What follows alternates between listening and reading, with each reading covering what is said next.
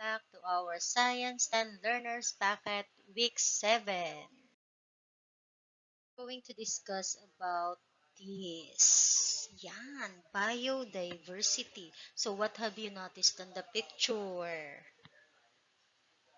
Kita natin si Earth, ang ganda. May nakikita tayong mga puno, may ibon, may ano yan, pating ba yan? O mhm, ano pa? Yan, may butterfly. Yan. So, ang ganda. So, biodiversity.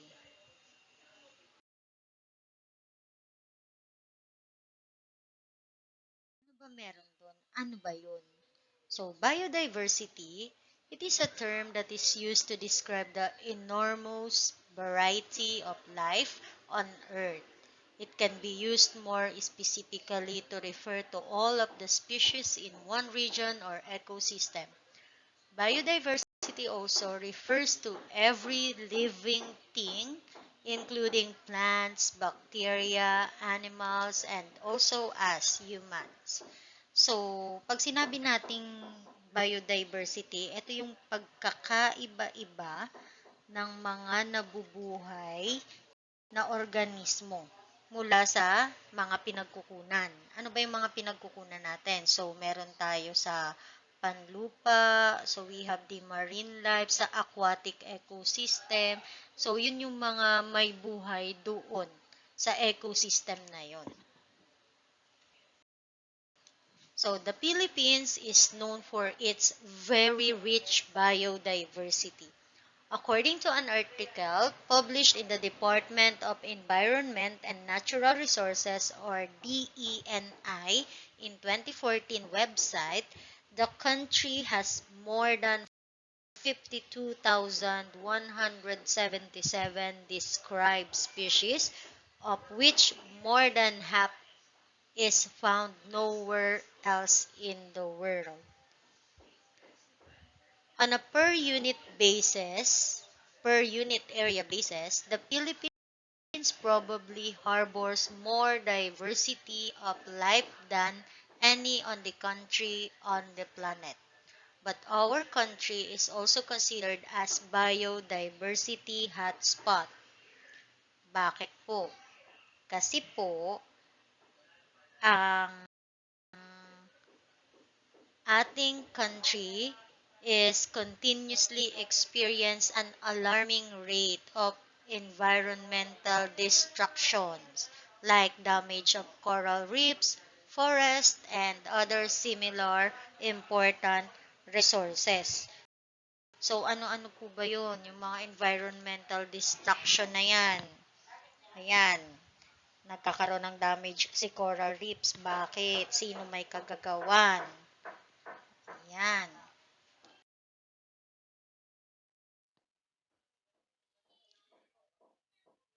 As part of biodiversity and may be economically and ecologically valuable, their products are source of food, medicine, clothing, shelter, and energy. These organisms are also important in maintaining balance in the ecosystem as they perform their specific roles. Some species may maintain the quality of natural bodies of water. Some prevent soil erosion and floods, cycle minerals in the soil and absorb pollutants. Others feed on insects and pests, which control the population of organisms in a certain environment, thus making the ecosystem balanced and stable. So, ayun po, organisms are part of this biodiversity. Siyempre, without these organisms, wala rin pong biodiversity. At the same time, pag wala si biodiversity, um, wala din tayong pagkain, wala tayong, ayan, gamot, yung ginagamit natin, wala din tayong bahay, saan ba natin nakukuha yan? Tama po? Yes, ma'am. So we have the value of species. It can be divided into various categories. So we have number one, the economic value. So in economic value, the species is considered to have direct economic value if their products are sources of food, medicine, clothing, shelter, and energy. And for example natin, some medicines being used nowadays have formulations extracted from plants and animals. Tama po. Yan. So, direct economic value, automatic po, ayan yung pinagkukuhanan natin ng pagkain, ng gamot, ng mga ah, mga pangunahing pangangailangan natin. So, pinaka-best example yung gamot na ginagamit ngayon. Karamihan ng gamot ngayon ay na-extract galing sa plants and animals. So, we have an example. Ito po, the benblastin and binchristine are two example of chemicals that have been extracted from rosy periwinkle. So, familiar kayo sa periwinkle? Yan, ito yung sa Tagalog ay chichirika. Ito ay usually ginagamit sa chemotherapy para sa may mga Hodgkin's disease, and some form of cancers including lymphocytic leukemia. Then, meron din tayo, ito familiar sa inyo to, the Vitex nigondo. Pinapainom to ng parent natin sa atin, lalo na nung bata-bata pa tayo. Ito yung tinatawag natin na lagundi. It is extracted for cough syrup production. So, marami na po yan ngayon, yung lagundi. Ginagamit po yan ngayon. So, galing po yan sa halamang lagundi, in-extract nila, then ginagawang gamot at para sa ubo. So, that is the direct economic value. We also have the indirect economic value. So, kabaliktaran ni direct. A species has the indirect economic value if there are benefits produced by the organisms without using them. So, may benefits sila, pero kahit hindi natin gamitin. For example, we have a certain species maintain the chemical quality of natural bodies of water. It prevents soil erosion and floods. Cycle materials in the soil and absorb pollutants. So, yun po yung sa indirect economic value. So, next is we have the third one, the aesthetic value. Yan. A lot of species provides visual artistic enjoyment like a forested landscape and a calming beauty of a natural park, or they may be used for spiritual meditation like a prayer mountains. So, familiar siguro kayo, no? Yung aesthetic value, yung visual artistic na nakikita natin sa mga area or sa mga bulubundukin, sabihin na natin sa mga forest area. Like, for example, yan, prayer mountains. If I'm not mistaken, dito sa part pababa, papuntang gate 2, or kung anong lugar man yan, Padilla, meron tayo dyan tinatawag na prayer mountain na kung saan, dun sa area na yun, parang napapalibutan ka ng mga bulubundukin, tapos tahimik sa lugar na yun, dinevelop nila yun, nagkaroon po ng mga rooms, may parang mga ilog ba doon, na kung saan tahimik at makakapagdasal ka ng maayos. So, ginagamit din po yan as aesthetic value. Next, for our development, we have biodiversity is very important because it sustains the food web on Earth through flow of energy and contributes to environmental stability. Pag sinabi nating stability of an ecosystem, it can be described as the resilience to withstand changes that may occur in the environment. Kumbaga, still, nandun pa rin siya na nagiging matatag siya kahit na nababawasan. Still, kahit papano nababawasan na gagawa ng paraan para hindi talaga siya mawala. There are many changes that may be occur in the environment which may be as a result of natural and human activities. These changes may severely reduce biodiversity and result to the instability of the ecosystem. Pag instability naman, ayan na yung pawalan na, nababawasan na. Bakit nababawasan? Dahil sa, syempre, number one, gawa natin ng tao and sometimes natural na tawag dito, natural activities. Tulad niyan pag nagkakaroon ng landslide. Yan. Now, let's study the importance of biodiversity. Let's try to examine how population of organisms in an ecosystem affects biodiversity.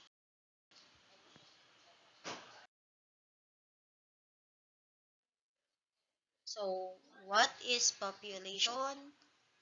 I think in your AP, yan, populasyon. Nadidiscuss yan sa AP kung hindi ako nagkakamali. So, pag sinabi natin population or populasyon, it is a group of organisms in the same species that live in a certain area. So, grupo ng mga organismo na nasa isang area ang tawag doon ay population. For example, population of cattle, population ninyo, grade 10. Ilan ang population nyo as grade 10? So, yun po. There are many factors can be cause a population size. There are many factors that can cause a population size to change. Yan. So, may mga dahilan. May mga dahilan kung bakit dumadami at nababawasan ang population. So, syempre, number one, birth rate. In birth rate or natality, it is the number of births. Ito yung mga pinapanganak. Then, meron din tayong tinatawag na death rate. Hindi po death rate, kundi death rate, wherein it is other term as mortality. It is the number of organisms that are dying in a population. Yan. Tulad ngayon, kung mapapansin natin, sa COVID cases natin, binibilang nila yung dami kung ilan ang merong sintomas ng ganito, ilan yung population ng nag-positive, ilan yung population ng gumaling, at ilan yung population ng mga nawala. Ano po? So, yan. Yung dami. Thus, if the birth rate is greater than the death rate, a population will grow. Tama po? Siyempre, pag mas marami ang pinapanganak kaysa namamatay, lalaki po ang population natin. Pero, kung mas marami ang namamatay kaysa sa pinapanganak, yung population natin ay mababawasan. So, vice versa lang sila. Pag mas marami ang pinapanganak kaysa namamatay, tataas ang populasyon. Kapag mas marami ang namamatay kaysa sa pinapanganak, mas bababa ang populasyon. While population would probably to continue to grow in a size, a population of organisms cannot grow forever. Its growth will be limited or stop at some point, and death rate will be greater than the birth rate.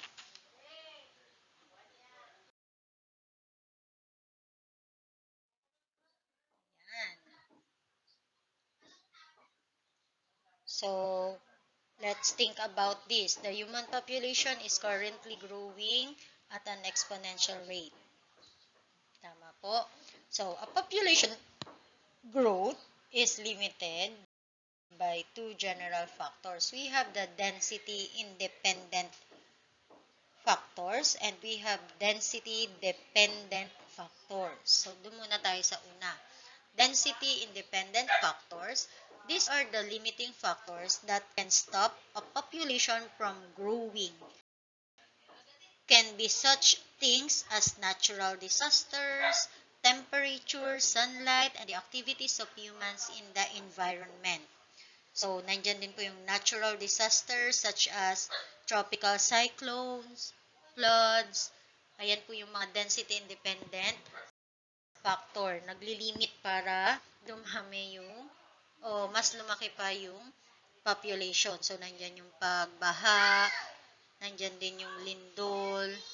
At the same time, fires will stop a population from growing no matter how many organisms are living in a certain area. So, yun yung nangyayari. The same goes for the temperature of an area and the amount of sunlight it receives. If the temperature increases due to global warming, this will cause a decrease in a population's number. No matter how large or small the population was to begin with. In human activities that change the environment will also decrease the number of organisms in a population, regardless of the size of population it is. So, yun po yung mga independent factors para malimitahan yung pagdami o paglaki ng population. So, nandyan si natural disaster, temperature, sunlight, and human activities. In natural disaster, dyan po papasok si cyclone, si flood, si earthquake, yan, pati yung sunog. In density-dependent limiting factors naman po, these are the factors that come into play when population reaches a certain number of organisms. Come into play when population reaches the certain number of organisms. For example, when a population reaches a certain size, there won't be enough sources of food, shelter, and water for all organisms. Siyempre, kapag nasobrahan na sa dami ng population, yun yung mangyayari. Hindi na tama o hindi na magkakaroon pa ng supply ng pagkain, ng tirahan, even water para sa lahat ng organisms na nandun sa area na yun. This could cause the population to stop growing when it reaches the maximum number of organisms that can be supported or carried by the environment. This number is known as the population carrying capacity in the particular environment.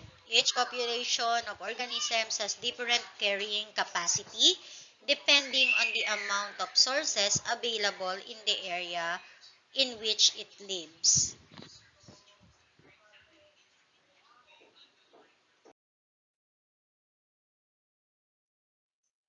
Ayun, si carrying capacity.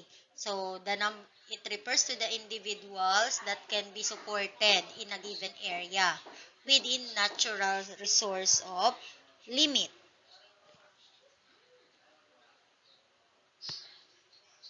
And without degrading the natural, social, cultural, and economic environment for the present and future generation.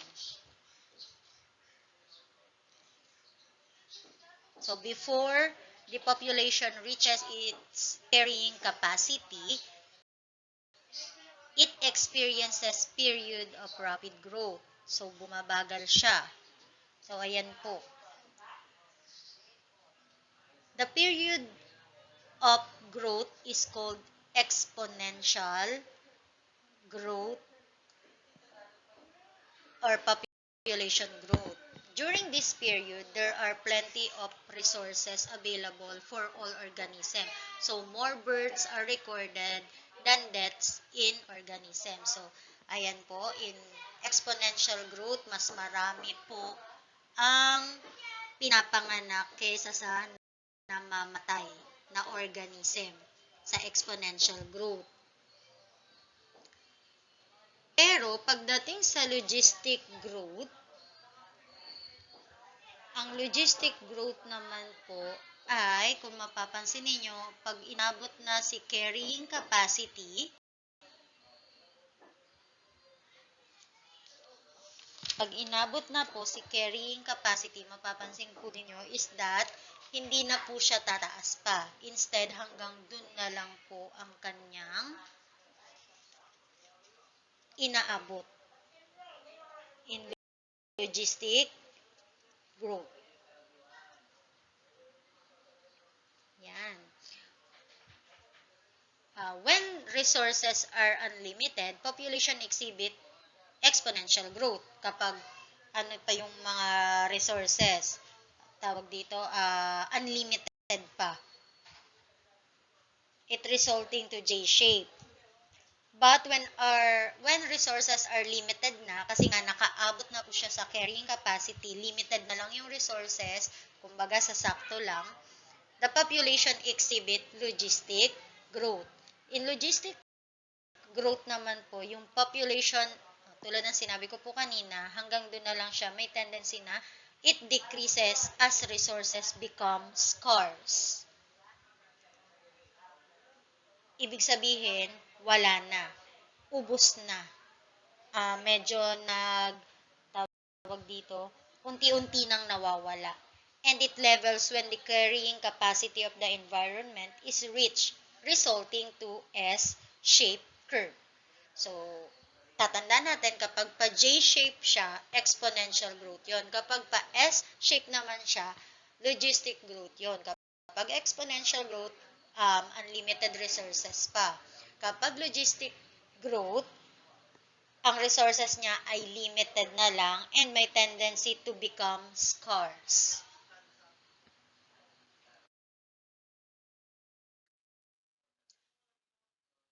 Which resources are unlimited? When resources are unlimited, populations exhibit exponential growth. Ayun po, tulad ng sinabi ko kanina.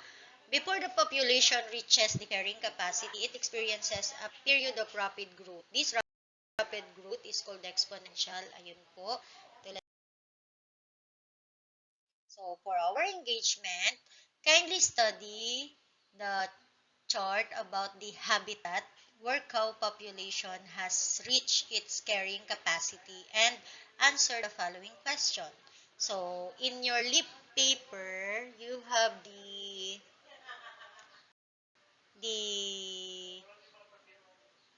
what do you call this? You have this question. Kindly answer on your lip paper also. Don't forget to write your name. Answer number 1, what is carrying capacity? Number 2, what have you noticed with the population of cow between May and June? Ano po? For our simulation, you're going to make an essay wherein you're going to explain the importance of biodiversity in adaptation and survival of organisms. Of course, we have the rubric. So we have the 4 for the expert, 3 accomplished, 2 capable, 1 beginner. For the features, we have quality of writing and grammar usage and mechanics.